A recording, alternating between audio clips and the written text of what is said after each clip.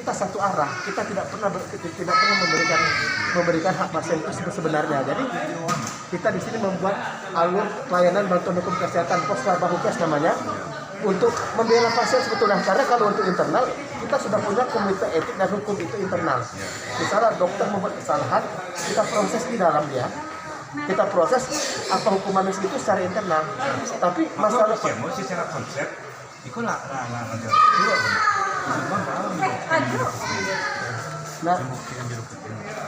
ya itu udah 6 bulan dari bulan Januari. Sebetulnya sejak Bu Direktur sejak Bu Direktur di sini disampaikan ke Bu Direktur, direspon bagus. Sudah kita mulai dari 6 bulan yang lalu. Nah, udah udah 6 bulan yang lalu. Nah, jadi kenapa ini? Jadi dari internal pasien tidak mengadu keluar. Jadi saya di sini perannya apa? Hanya menanggapi dan memfilter apakah ini melanggar hukum kesehatan. Kalau tidak melanggar hukum kesehatan, kita jelaskan ke keluarga pasien, jadi tidak menyebar.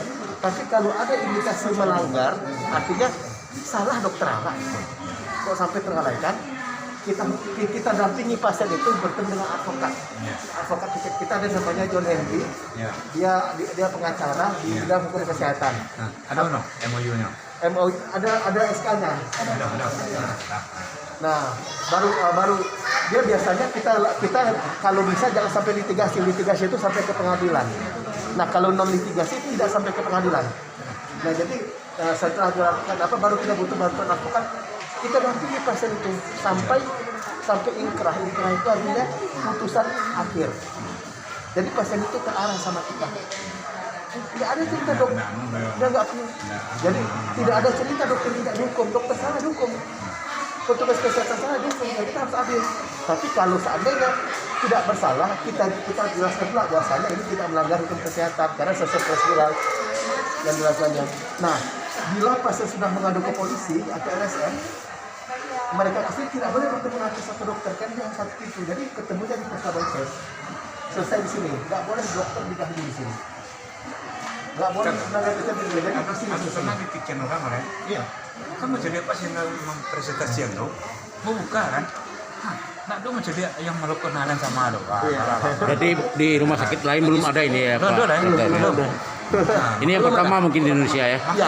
Insya Allah kalau bisa buktikan dengan dokumen, kalau pasti juara satu sebenarnya. Pertama itu rujukan nasional, bisa jadi rujukan nasional. 17 Karena ini tim itu kan yang butuh satu konsep-konsep yang mengarah ke depan. Nah, konsep-konsep air mengalir itu pelayanan menarik itu. Terus saya pada presentasi untuk mengeluarkan ini saya dapat banyak pertentangan sih, terutama dari teman sejawat. Yang itu pasien. Karena cara pikirnya salah. Yang bayangan enggak kamu mau masuk dalam timnya itu kita juga ada pengacara, ada kabar hukum juga itu terlibat dalam. Iya.